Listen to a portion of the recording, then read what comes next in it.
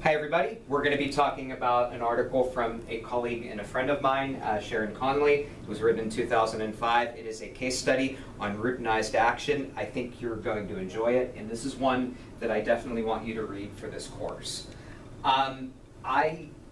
I like the approach to this. It takes 3 case studies and looks how routines are established in schools. She has a phenomenal literature review basically looking at routines, but there are a couple things that I think are pertinent to our state that I think matter.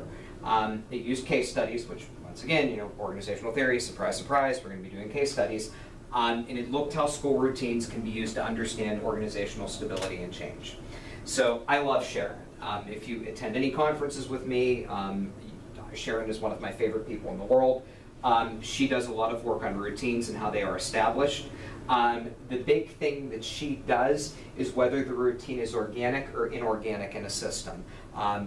Did it emerge from the teaching staff? Did it emerge from the administrators? Or was it something that was dictated by mandate form? We know that routines cause problems in organizations, and they fail quite frequently.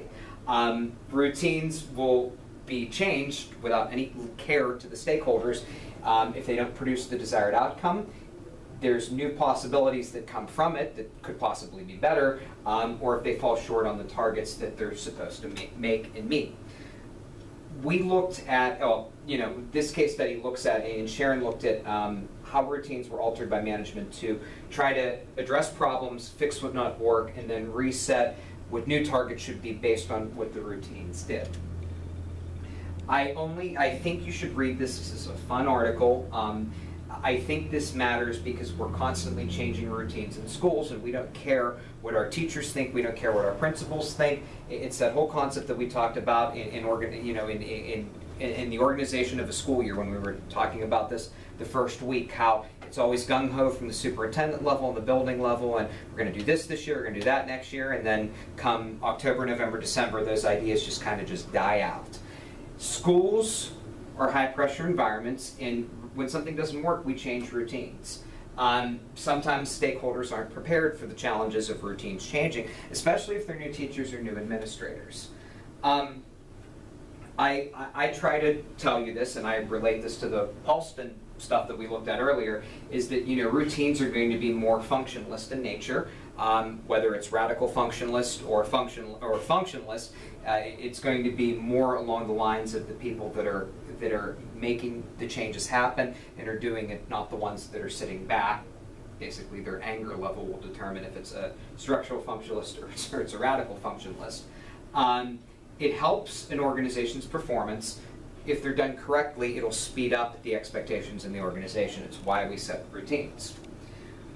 Why do I want you to look at this? I think it's fun. I think this is one of those articles that you'll enjoy, but the big thing that I actually picked up from this thought that was good was the 3rd case study on pages 15 and 16.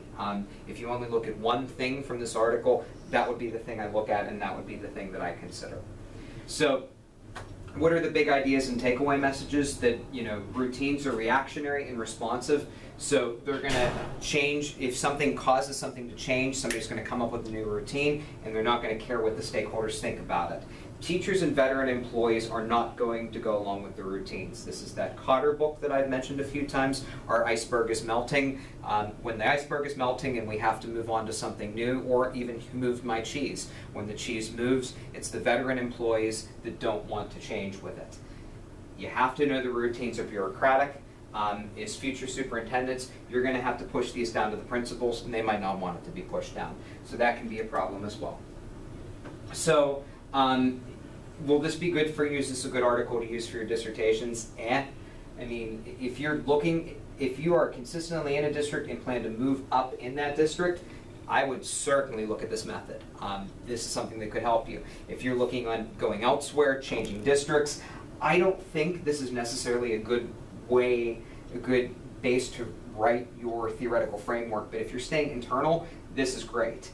If you are planning on moving up and there's a few people that are, you should use this method, and that's something that I would consider as you move forward.